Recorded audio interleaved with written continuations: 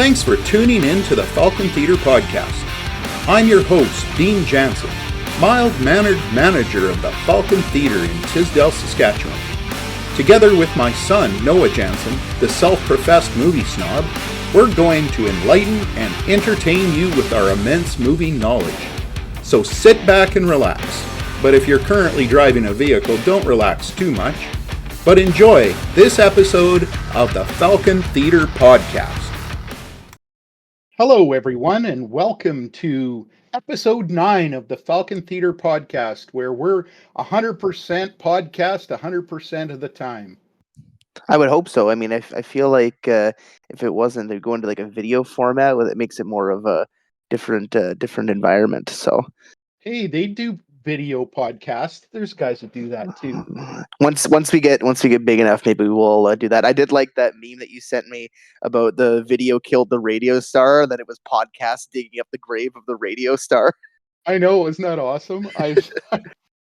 Yeah, we're just bringing back radio. That's all we're doing. One exactly episode at a time. We'll be the ones that We're finally the guys that are going to revolutionize radio. That's right. Well, maybe not you and I specifically. No, us specifically. They will look back and they will have a statue in our name, and then they'll find something that we did, and they will remove the statue because they'll think that was the wrong thing. I want to take us back to the previous podcast where we asked the question, what's better, Goodfellas or The Godfather? I just want a little shout out to Thomas Abbott, who messaged me and said that my wife was right, as she always is, that Goodfellas is better. He specified that the women are always right. And I told him, I said, the women aren't always right. It's just not a good idea to correct them. I've learned that, unfortunately, a little bit of the hard way. But it's a work in progress. I still feel like I have lots to learn. Hey, son, remember what I told you? You can be right, or you can be happy. Yeah, exactly. You can be right or you can be happy. So live your life happy. Doesn't exactly. Right. Okay, so what's happening at the Falkon Theatre? Well, a lot's happening, actually. The renovations are continuing, looking fantastic. The three sides have now, not only is the stucco gone and the repair's been done, but the insulation is up and the tin is up on the three sides. And the demolition has happened on the front, and they've started to put the insulation up on the front. So what is this going to essentially mean for the theater this summer? Like, what are we looking at with the insulation, the renovations? Are you kind of expecting with the theater, besides it looking very pretty? Well, I'm hoping that it keeps the theater a little bit cooler in the summer and costs less to heat it in the winter. I mean, hey, that's gotta be a good thing, because it can get pretty warm in there, especially when everybody's coming out for the movies. Exactly. Yeah, Barbie was the worst last summer. That was like a 38-degree day. That's just what Ryan Gosling does to people, though. It just makes people, hot and sweaty. That's right. Wasn't Margot Robbie? It was Ryan. Oh no, 100% Ryan. Also quite exciting, the brand new poster boxes, the light up poster boxes for the front of the building arrived yesterday, and they look pretty sweet. I can't wait to see those. That'll look so good. So no more those chicken wire frames that we've had before. We've got, moving into the 20th century with light up poster boxes for the front. What's next in the future? Like, what are we going to come up with next? It's wild. I know, right? Like flying cars, maybe, but probably not. I hope not. I don't trust people in driving cars.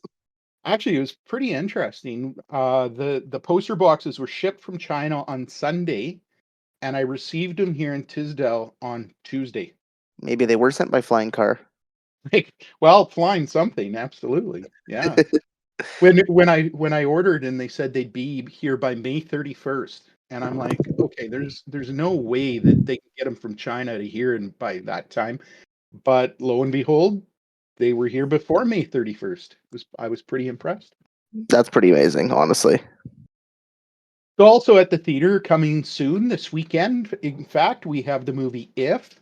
which sounds like it's going to be well attended. I have a lot of people telling me they want to come. The weekend after, we have the Fall Guy, which I think we're going to talk about a little more later on.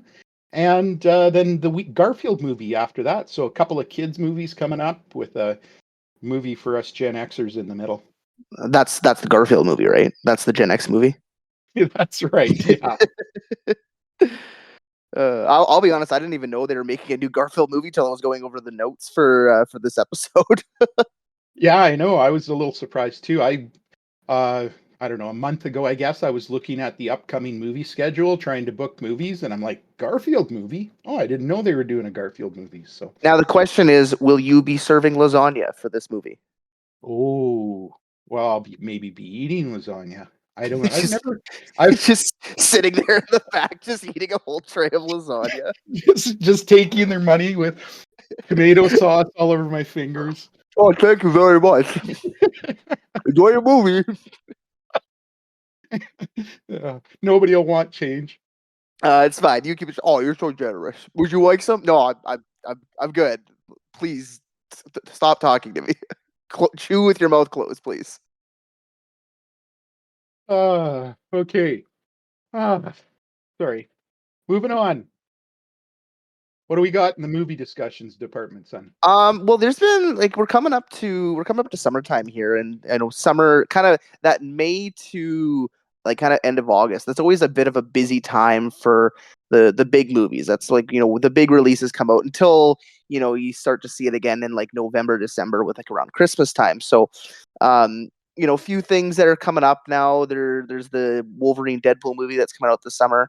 One thing that I personally got very, very excited for just earlier this week, filmmaker David Lynch revealed that apparently he has an exciting announcement coming on June 5th. He has a YouTube channel, and he just has like every day he just posts a video and just kind of talks about his thoughts. Like he's done it like frequently, like ever since COVID, and he was talking about how he has a project and he's going to be talking about it come June 5th. So Who what is that this exactly David Lynch guy you're speaking of?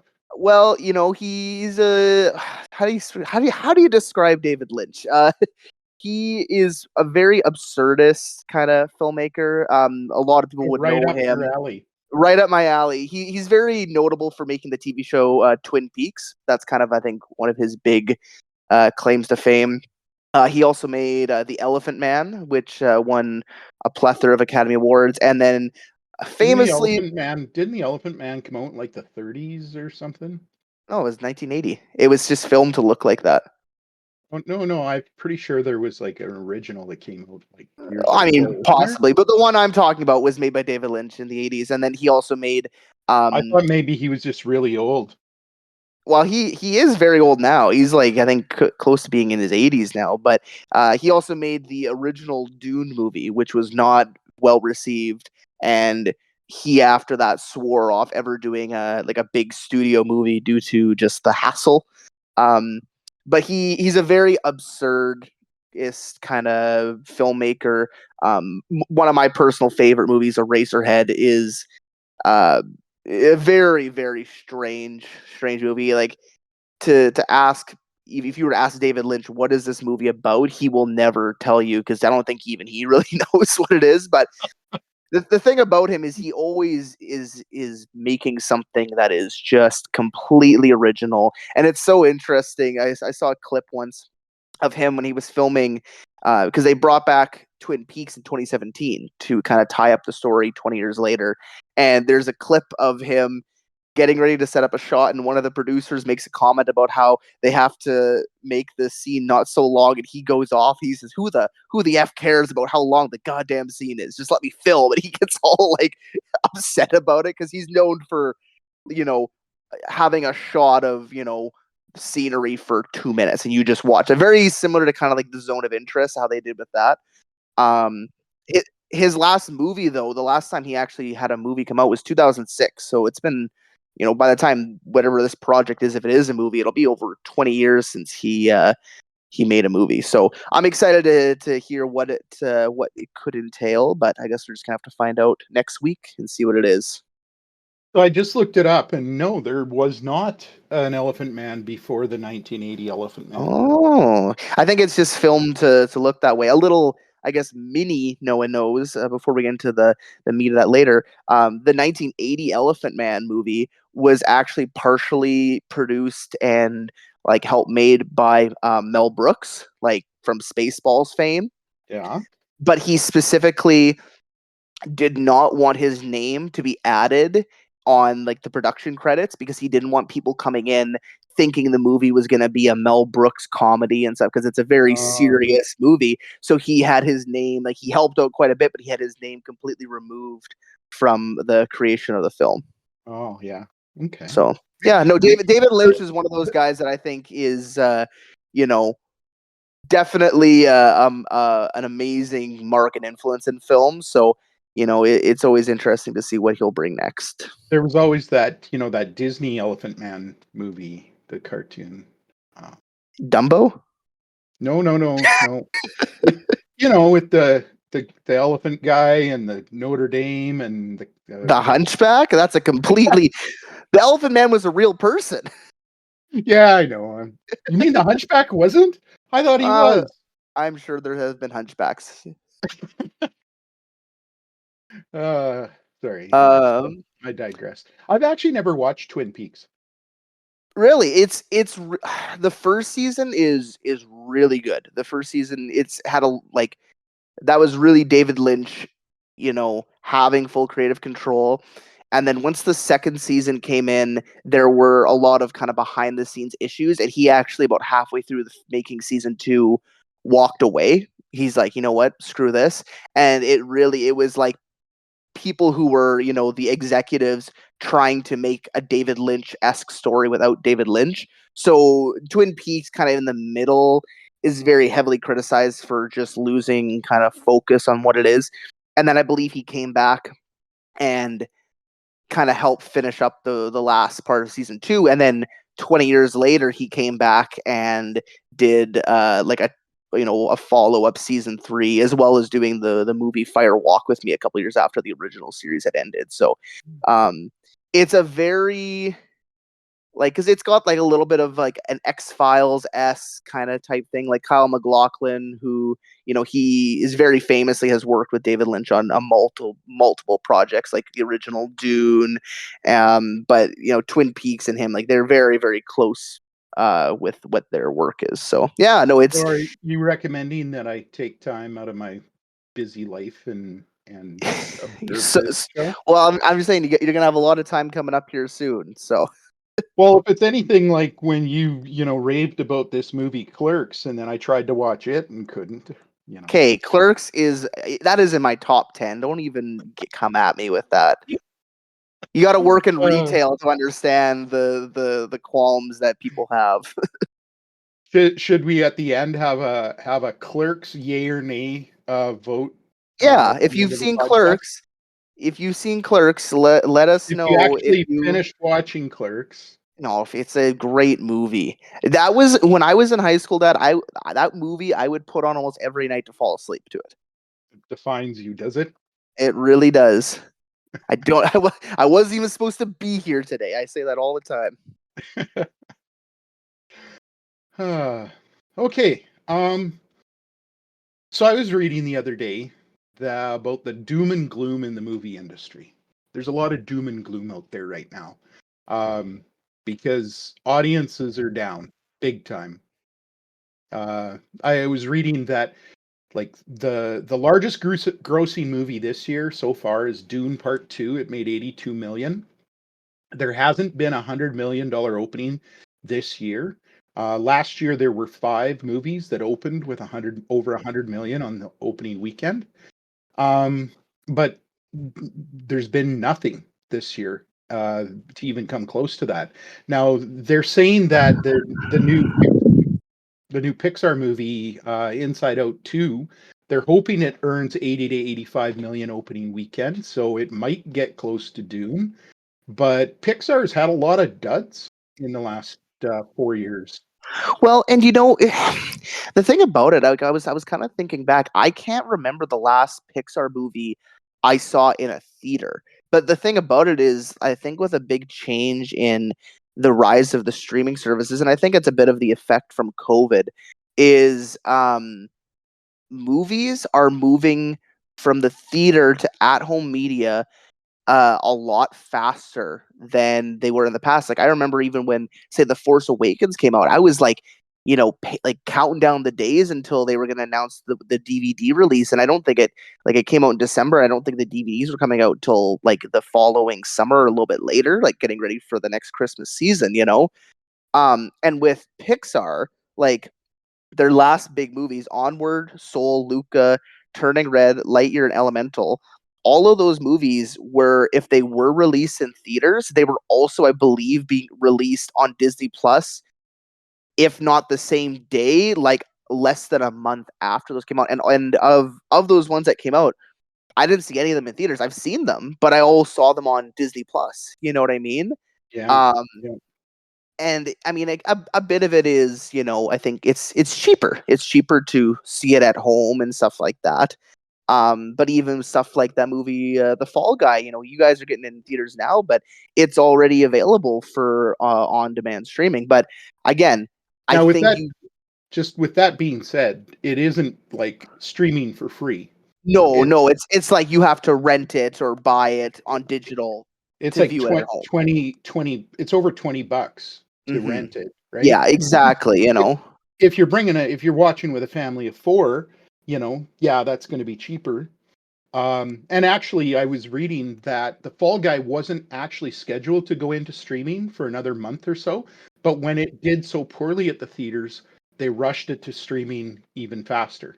Interesting. Well, I know even stuff like I believe it was the Black Widow movie that came out a couple of years ago with Scarlett Johansson. She actually sued Disney because there was an expected of how many weeks it was going to be in theaters, and they moved it to Disney Plus a lot sooner. And Scarlett Johansson was quite upset by that, and she sued. I believe actually she won against Because her Disney. because her wages were tied to how much it made in the theaters. Exactly, and they pulled it from there. So it's curious to kind of see the environment now that we're seeing with studios in how long they'll keep stuff in theaters and how long they want to market it for and everything. So And it really affects small independent theaters like the Falcon Theatre because when they release a movie, they make theaters sign like a 3 to 4 week commitment that they will keep it in their theater for 3 to 4 weeks. And mhm. us small independent theaters can't do that.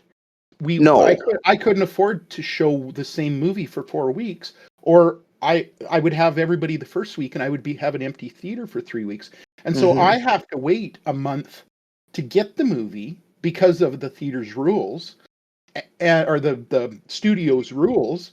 And so by that time now it's already being streamed. And So I'm curious if maybe we could see in the next year or so if there'll be a change in that. Maybe they'll start to be a little more lenient for certain movies getting an opening release kind of weekend in those smaller theaters and just being able yeah, to do it for one or even just maybe even 2 weeks. You know what I mean? they need to have a separate set of rules for us little independent theaters that are trying to survive. But I think a bit of that too comes from, I feel like in the movie making world, there's two mindsets behind it. There are the people that, you know, are making the movie to make money, and there's the people that are making the movie as an experience to be watched and enjoyed and the art behind it.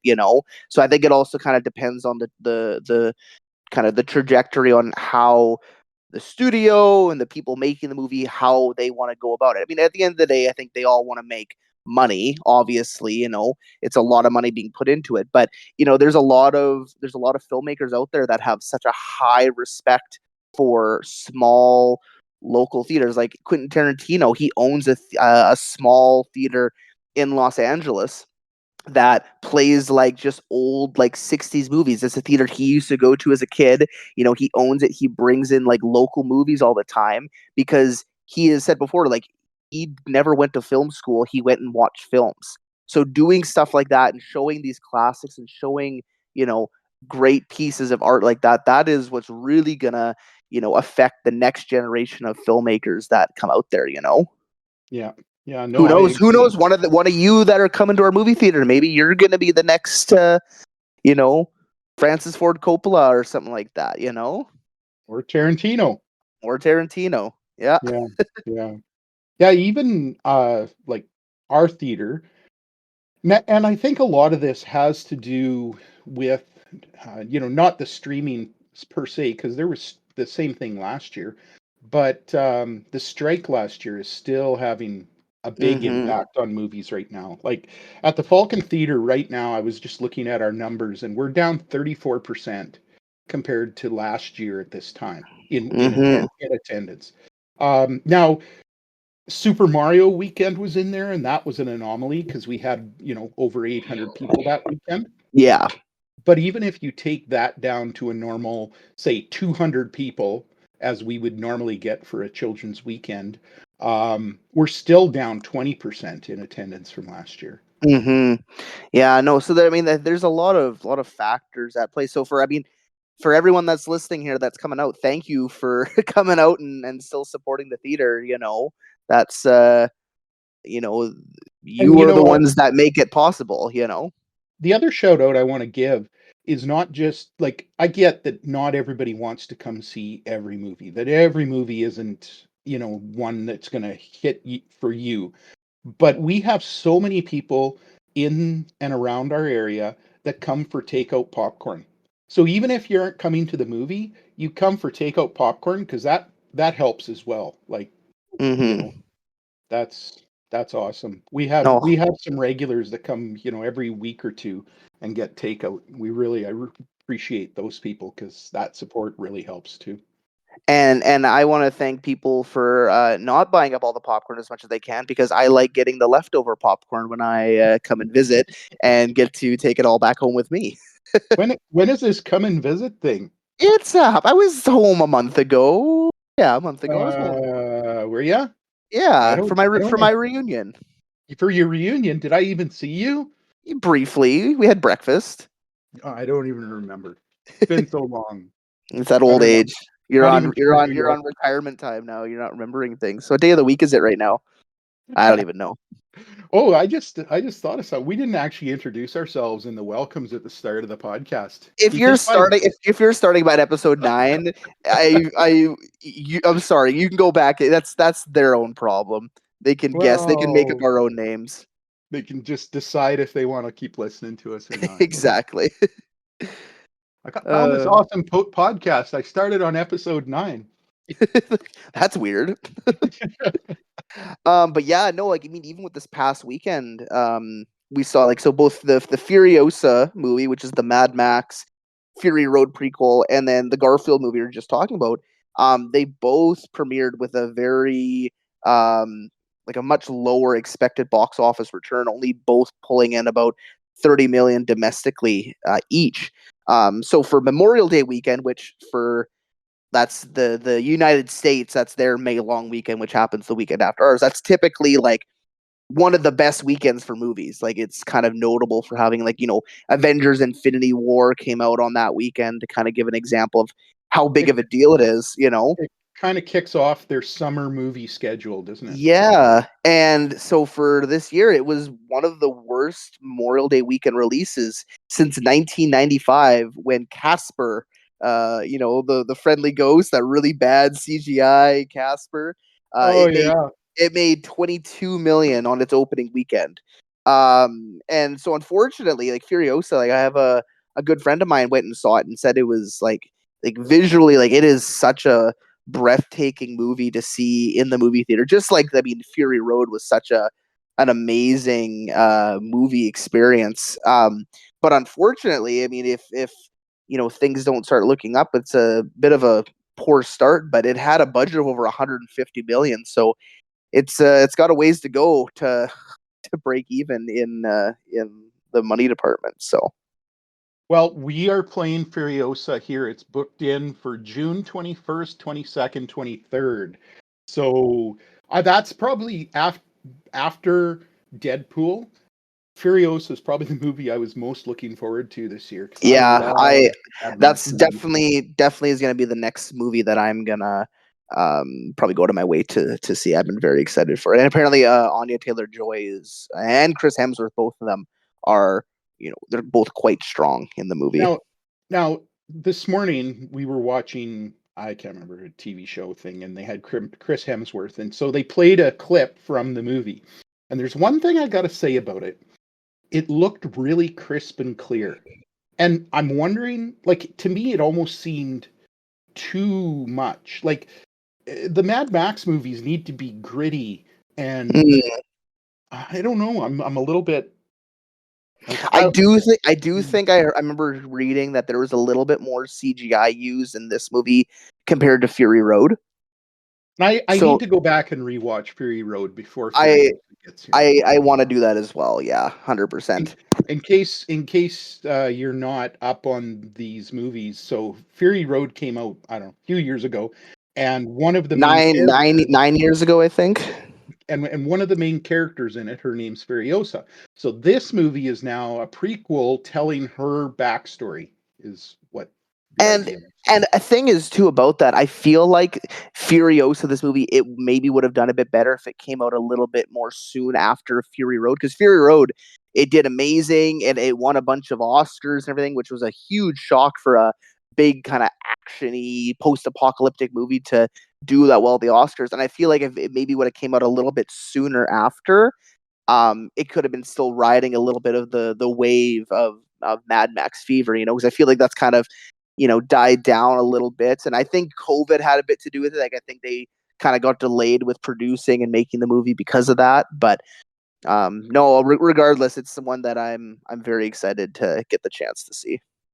I agree. I'm pumped. So it was one when I do my bookings, I had all my bookings until the first week of July, except for the weekend of Furiosa. I hadn't gotten confirmation on it. I was waiting and waiting and waiting. It's like, of course, the one that I'm most excited for is the one that I'm waiting for the most. So no, 100%. Yeah, and so kind of going off of too the whole movie viewership being down. I mean, I do think there's a couple factors that kind of play into that. Now I know you guys here at the Falkon, like, you have a little bit more kind of control with, your prices and everything like that. And I would argue that you guys have, maybe I'm slightly biased, but very fair prices when it comes to your snacks and, the ticket prices. But like, coming into the city, it's an expensive, thing to go to the movie theaters. Even for two people, for 2 tickets, and if you each get a popcorn and a drink, I mean, you could easily be looking at spending close to $60, let alone if it's a family going to a movie. Like, I think if you guys come down, we go to the movie, it's easily over, $100 for all of us to go. And then take into account maybe like a young couple that has kids and they want to go to a movie, you have to also take into account they have to get a babysitter. So I think with just kind of the increase of kind of cost of living and everything kind of going up in price, it's people aren't as, freely spending their money. I mean, we've seen that with restaurants and everything too. A lot of them have been hurting because of, just people not having as much free money to go out and spend on that, the disposable income is down. Yeah, exactly.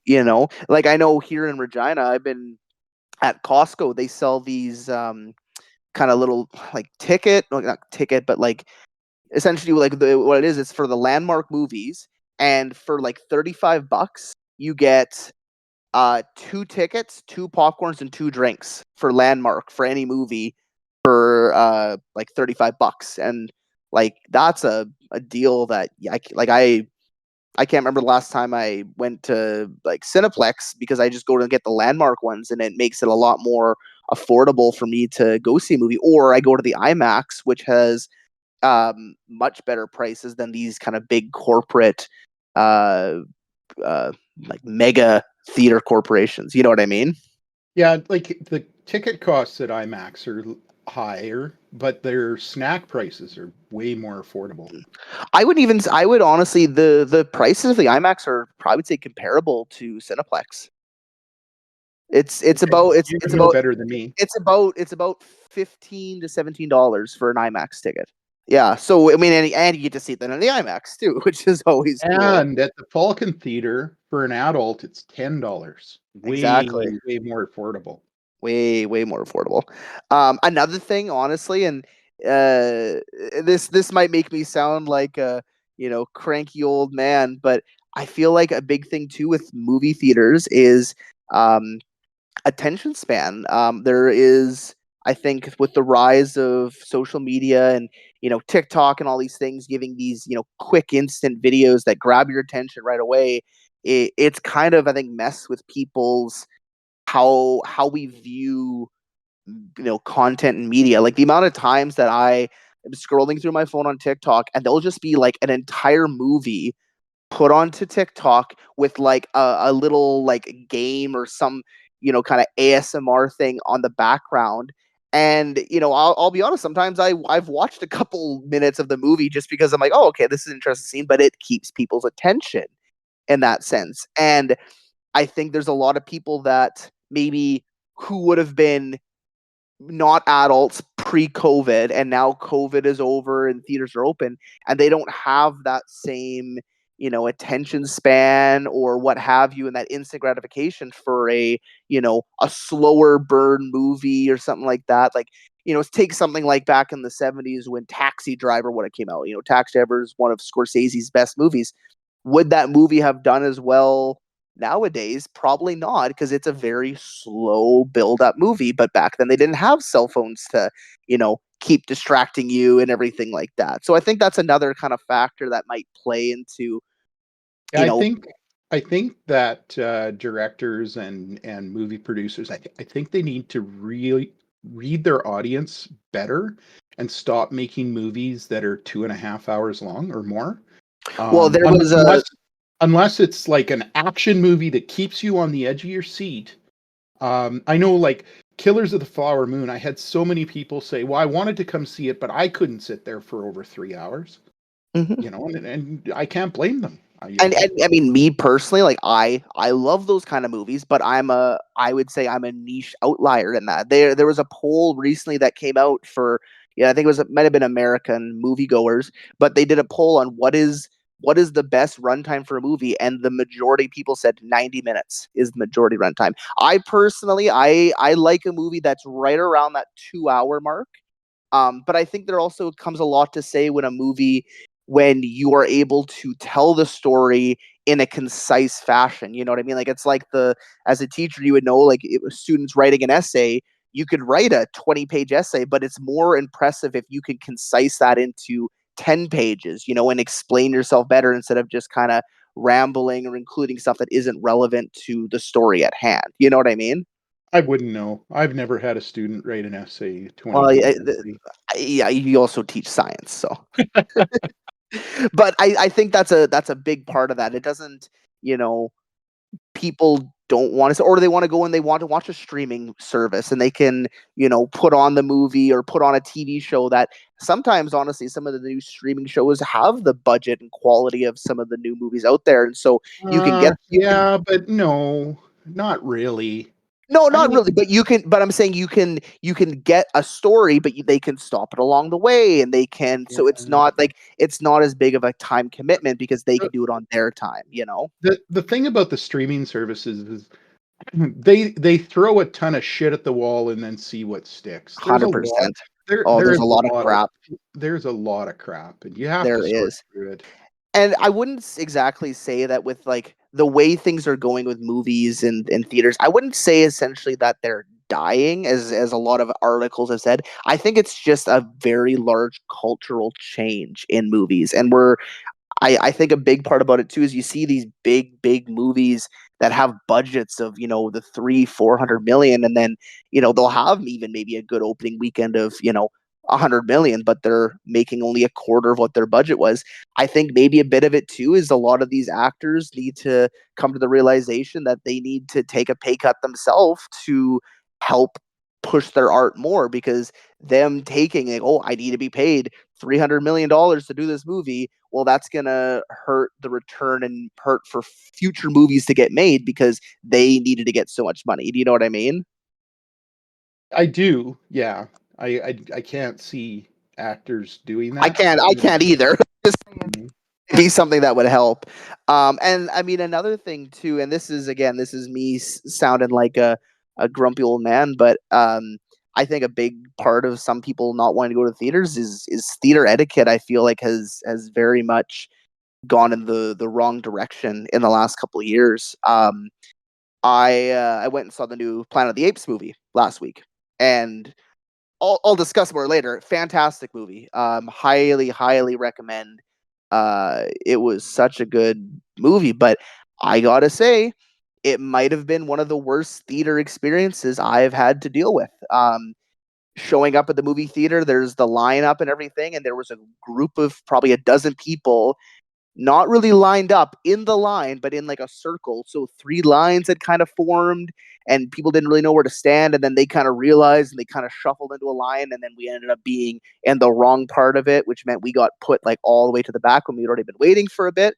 And then during the movie, there was quite a few instances of people around us having conversations, I would say, at a volume that we're talking right now, which is, too loud for when the movie is starting. Like, if you want to whisper something or have a little, like, that's fine. But there were people that a couple times had to say, hey, the movie's on, stop talking. And then third, which is my biggest movie pet peeve. And if you guys ever come to the movie theater, please, I beg you, do not do this. This is, I think, the most disrespectful thing you could do besides maybe just walking around and flipping people off. I'm People, doing that at the next movie. you just gonna walk around. Oh, that was rude. People on their phones, please put away. It's 90 minutes to 2.5 hours. You can put your phone away for that time, or if you really need to, if you need to send a text or make a call, just step out of the movie theater. I lost track watching Planet of the Apes for the amount of people pulling out their phones. And that's not just Planet of the Apes. I would say the last couple times I've gone to a movie theater, at least here in the city, at least once there has been a person pulling out their phone in my vicinity. And for me, it immediately, I catch in the corner of my eye and it takes me out of the movie theater. And it's so disrespectful to everybody around, sitting and everything like that. At one point, somebody took a picture during the movie with a flash, Oh, and yeah. I'm like, What are you taking a picture of? the monkeys, I guess they're not real monkeys. They're like, so I I don't can't. know. I can't believe how real these monkeys look. I got to get a picture of these. I can't wait to show this. I'm I at. can't wait to show this to. I'm not gonna Oh, believe what I saw. you faded out. You got to Oh, say that again. I, I I, can't s- believe what. I said he's gonna go home and show his monkey. Be like, I can't believe how realistic. I'll have to show the monkey I have at home. Like it's such a. I think it's just such a selfish thing to do. If you were maybe the only person in the entire movie theater, okay, sure, you can pull your phone.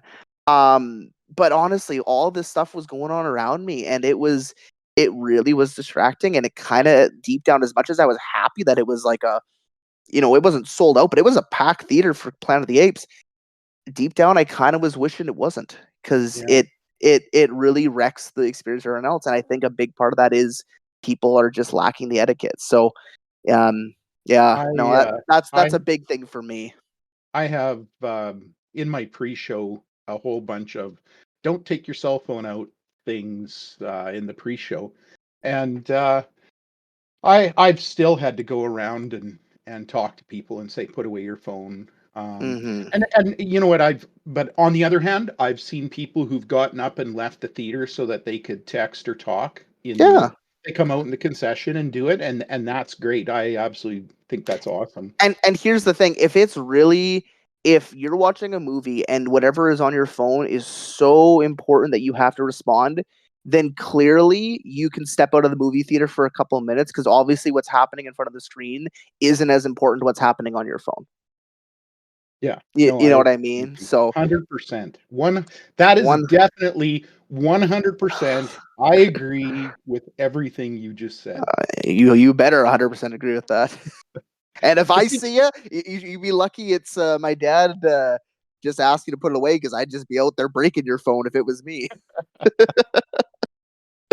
So, but not everything is doom and gloom in the movie industry. I was just reading that IMAX has a 6-year expansion plan where they're planning on expanding across the globe over the next 6 years. So obviously, if they're planning on expanding, then they must be doing well.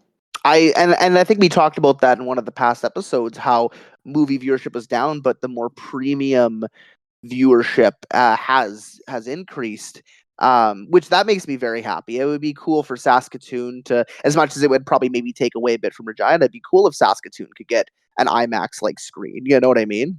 I think we could support both Oh, in 100%. Saskatchewan. Yeah, we could support one in Tisdale. Just make. I mean, our screen almost is an IMAX screen. It's like the next best thing, right? Exactly. So, It's not a Lamborghini. It's just, a very nice Corvette. so when we were prepping this, and we were, talking about all this doom and gloom around and the etiquette, and I thought, what does bring people out to the theater? Like, what makes the theater experience better than sitting home? Because we know that sometimes there are rude people around you. So what are some of the things that are going to bring you out to the theater? This is a thing for me, but I mean, one, the nostalgia. I mean, growing up, going to movie theaters, the experience behind it, the excitement behind it, and when there is, respectful people, it can be a great sense of community. Going and seeing a comedy and everybody's laughing together, or the going and seeing Avengers Endgame at the final scene when all of them come out and hearing everybody in the crowd cheer, like the energy behind that is just is so just invigorating. A big part for me, the smell. I just love the smell of the movie. Like, you come in from outside and it's whatever, it's nothing, it's outside, and then you walk in and you just get that that blast of popcorn in your nose and dried soda sticking to your feet and everything. Like, that's The such a Fal- big the part Fal- for me. the Falkon Theatre has a unique smell all its own too. Old building. That's what the renovations are for. You're getting rid of all that. Oh no, we're keeping the old building smell, absolutely. Oh, good. Um, what for me, the two things that I love about the theater is the screen and the sound. Like 100%. and you can talk about the screen size, which is important, and but the screen ratio is the thing a lot of people don't realize. Hmm. Your TV at home is in 16:9, which is a 1.78 ratio. Um, in the theaters, most movies are at a 2.39 ratio. And what that means is you get more to see. The picture is wider and more vast, and you get more of a picture. The one you see at home has been cropped off, and you don't get to that experience, that width that you get at the movie theater. And I don't care what kind of and we've talked about the sound before, so I'm not going to belabor it, but I don't care what kind of sound system you have at home. It is not going to have the richness and fullness of the movie theater. No, yeah, I completely agree with that. And I mean, even like for your guys' screen compared to when I went and saw Dune 2 in the IMAX, like a big part of what the marketing behind it was there was more movie. Like, there was, I think, 40% more movie you got to see since they shot it on the IMAX cameras. You know what I mean? Yeah, it's more immersive that way. Hmm. And Yeah. and that's one thing I want to speak to our little theater. A lot of people come in and sit at the back of the theater, and honestly, it's almost the worst place to sit. But probably front row would be worse than back row. But the back of the theater is not of our theater anyway, is not the place to sit because um, you're too far from the screen, and you're actually underneath the surround sound, so you don't actually get the full effect of the surround sound. And another thing, and I wish this didn't happen, but you can hear the concession, the creaks, the movement, and the talk, like when people come in to order stuff.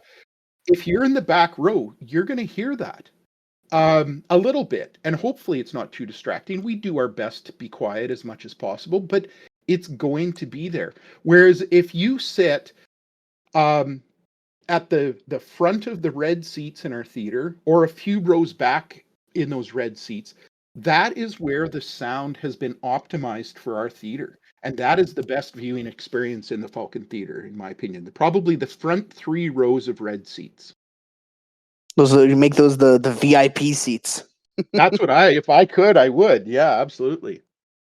Just move a I, big lazy man chair right there. That could I, be like the I special would, chair. I would love to put, a bunch of really premium seating in those 3 rows, and you have to pay a little extra to sit in those. And yeah, that would be awesome. But you know, anyway, there's lots of good reasons to come out to the theater.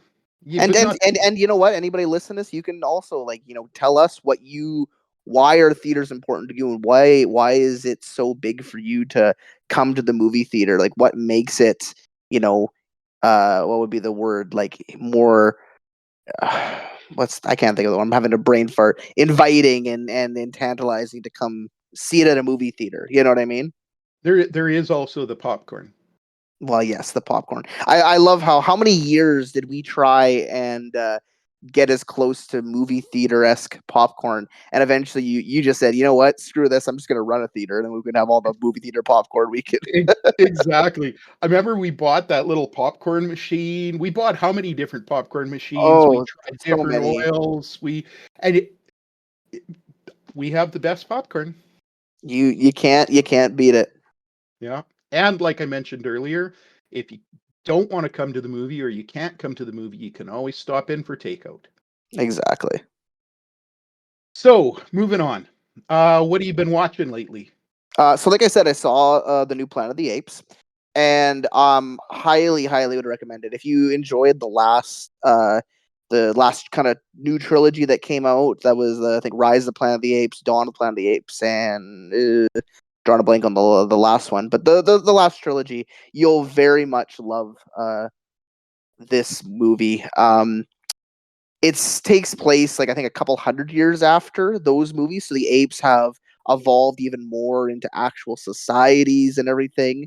But honestly, like some of the shots of the apes, like the fur and everything, it legitimately actually looked like they were not motion captured, that they were actual apes. Like I won't spoil, but there's this one scene where the main ape, named Noah, funny enough, uh Nice. had like bits of ash on his fur, and just the way like the ash was like sitting on his fur and like his fur was moving, it looked so lifelike.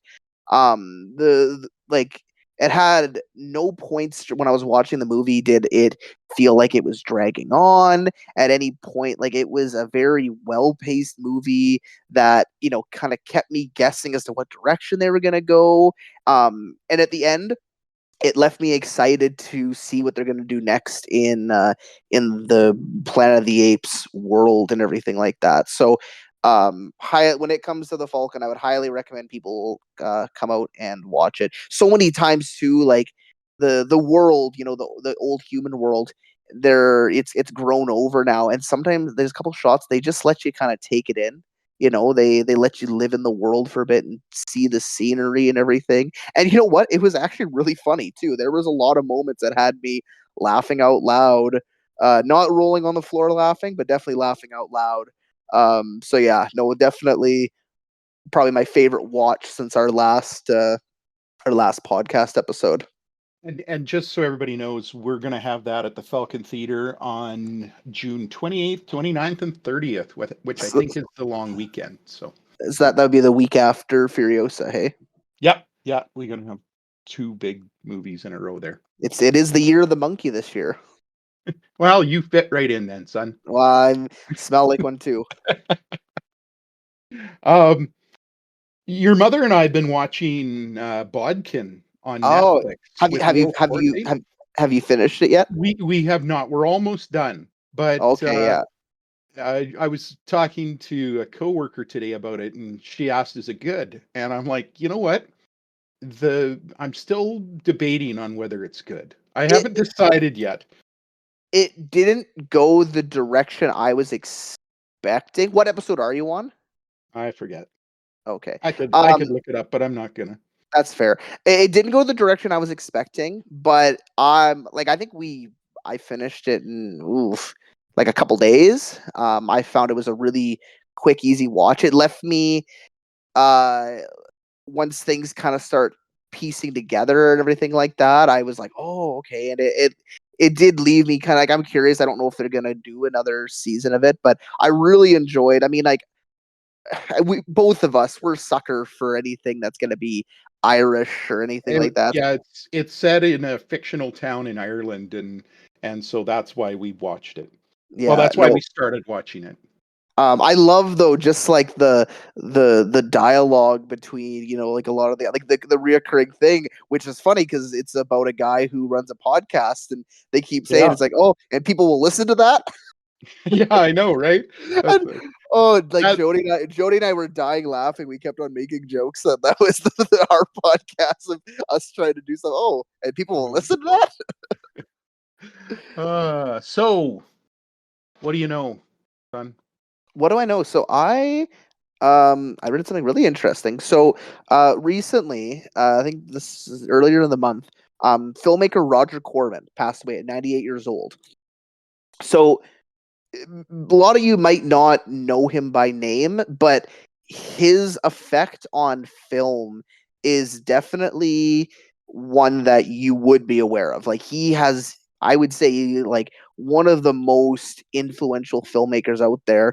A lot of famous directors have stated that he was such a huge early influence on their careers. Like directors like Francis Ford Coppola, Martin Scorsese, Ron Howard, Joe Dante, James Cameron, either like had him as a producer or co-directed or were just kind of inspired by a lot of his movies. And then actors like Jack Nicholson, Peter Fonda, Bruce Dern, Tommy Lee Jones all had some of their breakout roles in his movies. Um, he was kind of known more as like a B movie director. Like I think he made like the Death Race 2000 and Little Shop of Horrors and stuff like that. So they were never like these big budget movies, but they were always very. You could tell his heart was being put into these kind of more obscure, lower budget movies.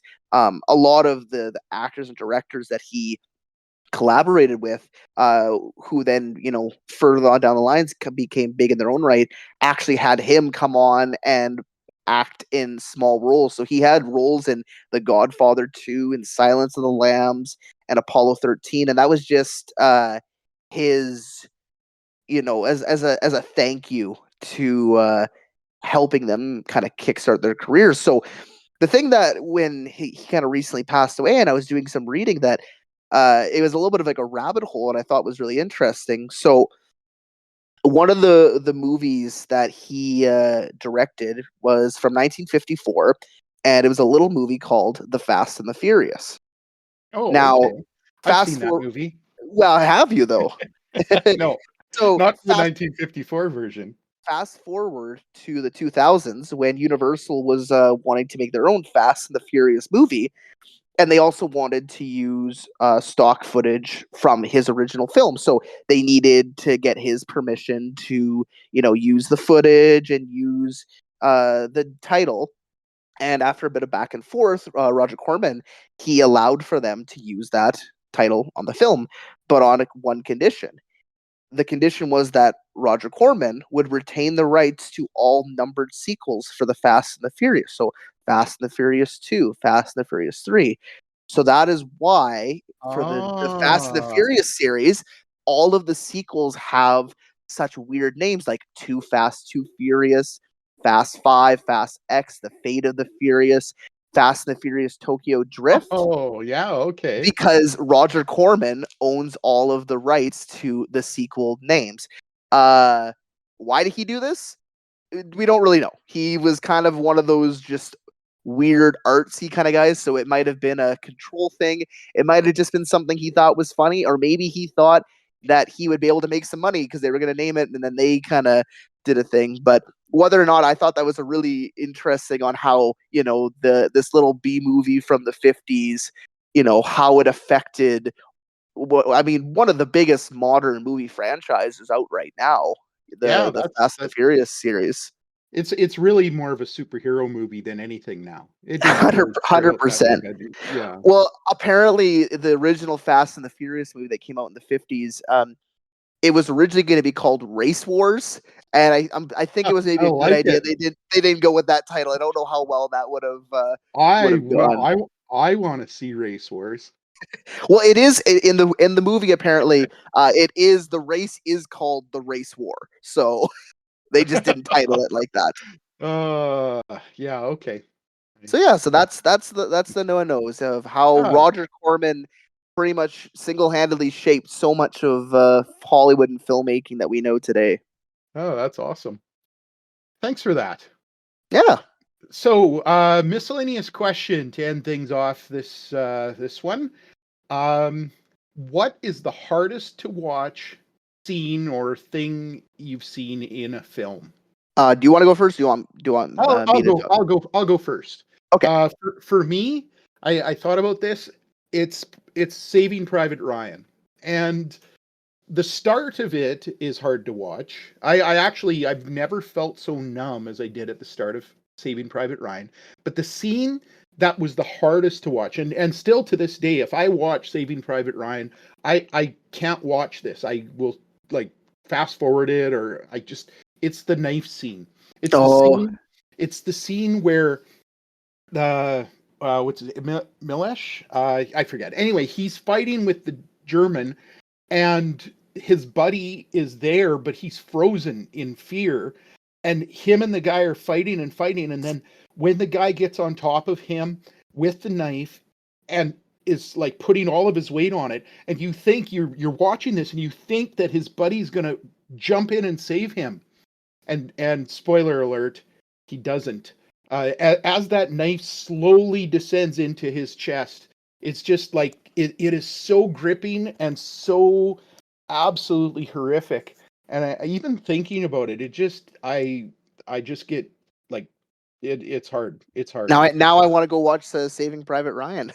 I mean I think too a bit of that is that's why I mean it's considered to be one of the best war movies out there for just how brutal it was at capturing like war as much as the opening D-Day scene is this gruesome action set piece. I feel like a lot of I mean I haven't been to war so I can't per se, but a lot of war it was just these very close combat gruesome, bloody, you know, fights, and to whoever was the last man standing is the one who told the story at the end. Yeah. Yeah. No, I agree. So what about you? So, mine isn't specifically a scene, but it's just a movie in general. So there is a movie from the '90s. It was an independent movie called Gummo. Never heard of it. Gummo, I'm not surprised. It was not. I don't think it had a wide release. It's not a scary movie, but it's the one of the only movies that I have watched where I actually shut it off before it was over, just due to how uncomfortable that the whole thing made. Like essentially the plot of it is it's kind of like Napoleon Dynamite in the sense that there's no real overarching story. It's just a bunch of things kind of happening in this town. And so it's this very, very poor town. I feel like if I'm trying to remember, after like a tornado has come through. So the town is in even more of a, state of disarray. And it's just a bunch of the characters kind of going about their lives. And so much about it is like, it's just kind of like very gross. Like it's not like there's garbage everywhere. And like, for example, there's a weird scene where the one main character, he's sitting in the bathtub and he's like washing his face and hair, but he's also eating like a plate of like spaghetti and meat sauce in the tub, and like water's getting on it and spaghetti's getting in the bath, and just like it's not horrifying, but it's really gross. What's wrong with There's that? well It's like eating lasagna at the at the movie movie theater. theater. It is like that. See how it comes full circle. But there's like even like a scene where there's these two boys and they're walking around and they have these bags on their back, and then they go down this back alley and they're talking to the guy who owns this restaurant. He comes up and he's paying them. He said, "Oh, okay, yeah, good, good. I'm glad you guys came." And he hands the bag, and it's just a bag of dead cats at this restaurant because they can't get supplies. Is using the meat from that to serve at the restaurant, and like it's just little things like that. And I've never felt so just uncomfortable. And there's the voiceover, the one main character. It is just such a weird. I don't know if I could say I wouldn't recommend it because I think it's a very interesting movie, but it's just one that, I still, if I think about a movie that made me feel uncomfortable and squirm in my seat, it was that movie. Well, it certainly doesn't make me want to watch that movie. No, you'd probably be okay to skip on that one. I don't think it's gonna be coming to the Falcon anytime soon. So Probably not. Yeah. no. Okay, well, that wraps it up. We're about an hour in or so. So another good episode of the Falkon Theatre Podcast. Don't you think? I thought this might have been our best one yet. I always think it's our best one yet, though. Are we biased? Well, yeah, but that's okay. It's our That's podcast. Okay. We're and if you allowed. if you don't like it, screw you. And if you do like it, well, thank you for listening. We really, really appreciate all of those people who do listen. And the ones that come out to the theater itself, and keep it And keep their it phone running. in their pocket. Leave your phone in your pocket. Yeah, you bet. All right. Well, you guys take care, and we'll see you at the movies. Bye-bye.